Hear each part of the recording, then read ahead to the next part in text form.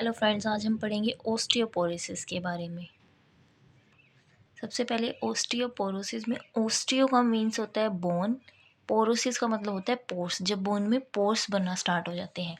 तो पहले क्या है, बोन जो है वो हमारी सॉफ्ट हो जाती है और उसमें पोर्स होते हैं, धीरे धीरे वो ब्रेक होना स्टार्ट हो जाती है। ठीक है, तो बोन में दो सेल्स होते हैं हमारे पास, एक तो होता है ओस्टियोब्लास्ट, एक होता है ओस्टियोक्लास्ट।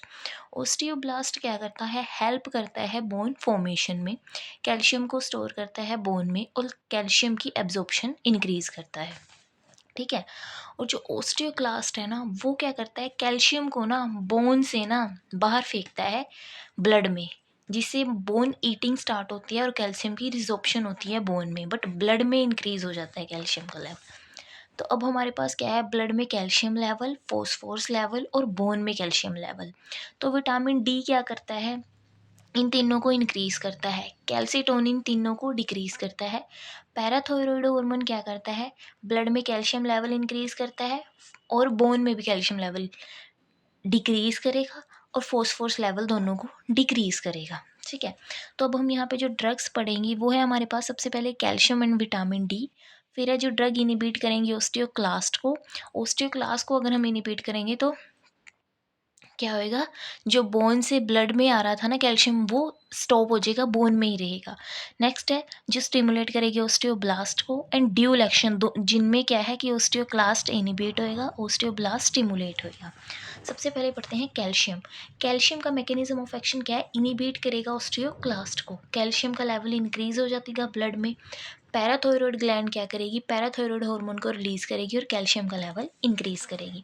तो कैल्शियम को ओरली देते हैं, इसकी 1200 mg की डोज होती है पर डे की डाइट के साथ, क्योंकि जो टैबलेट है वो 500 mg की है, उसको हम ट्वाइस अ डे लेंगे।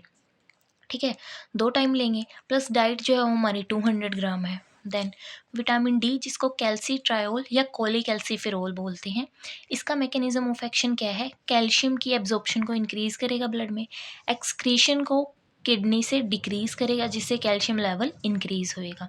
इसकी डोज क्या है, 800 इंटरनेशनल यूनिट है पर डे की, बट इसका एक पाउच आता है 6000 यूनिट का, जो एक वीक के लिए होता है। आगे या ड्रग्स जो इनिबिट करेंगी ओस्टियोक्लास्ट को, ओस्टियोक्लास्ट इनिबिट होएगा तो क्या आएगा, बोन रिजॉर्प्शन इनिबिट होएगी, बोन ईटिंग इनिबिट होएगी, कैल्शियम का लेवल इंक्रीज होएगा। इसमें आती है हमारे पास कैल्सीटोनिन, डिनोसुमैब, एस्ट्रोजन, बिस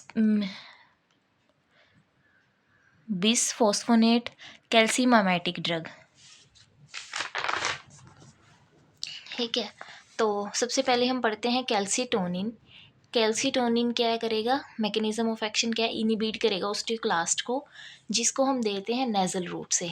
बिसफॉस्फोनेट में आती हैं एलेंड्रोनेट, राइसड्रोनेट, जोलेंड्रोनेट। इनका साइड इफेक्ट क्या है, ओस्टियोनेक्रोसिस ऑफ मैंडिबला कोस करते हैं।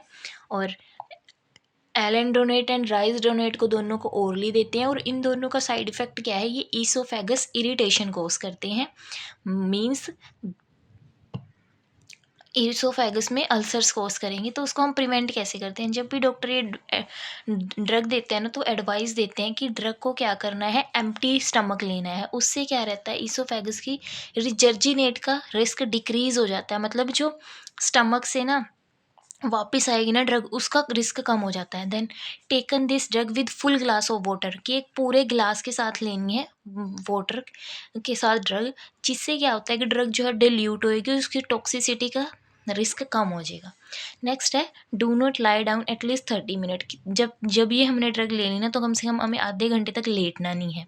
देन आगे आता है बिसफॉस्फोनेट के, अगर हम यूजेस देखें तो सबसे पहले ये ड्रग ऑफ चॉइस है ओस्टियोपोरोसिस, जो किसी भी रीज़न से हुई हो, लाइक पीपीआई की वजह से, स्टेरॉइड की वजह से, या पोस्ट मेनोपॉजल की वजह से। और नेक्स्ट इसका यूज़ है, इसको हम यूज़ करते हैं हाइपर कैल्सीमिया मेलिग्नेंसी में, कैंसर में। तो बिसफॉस्फोनेट क्या करती है, कैंसर में ओस्टियोक्लास्ट को इनिबिट करेगी, जिससे बोन स्टिमुलेशन इनिबिट होएगी, कैल्शियम का लेवल जो ब्लड में था वो कम होएगा, है ना।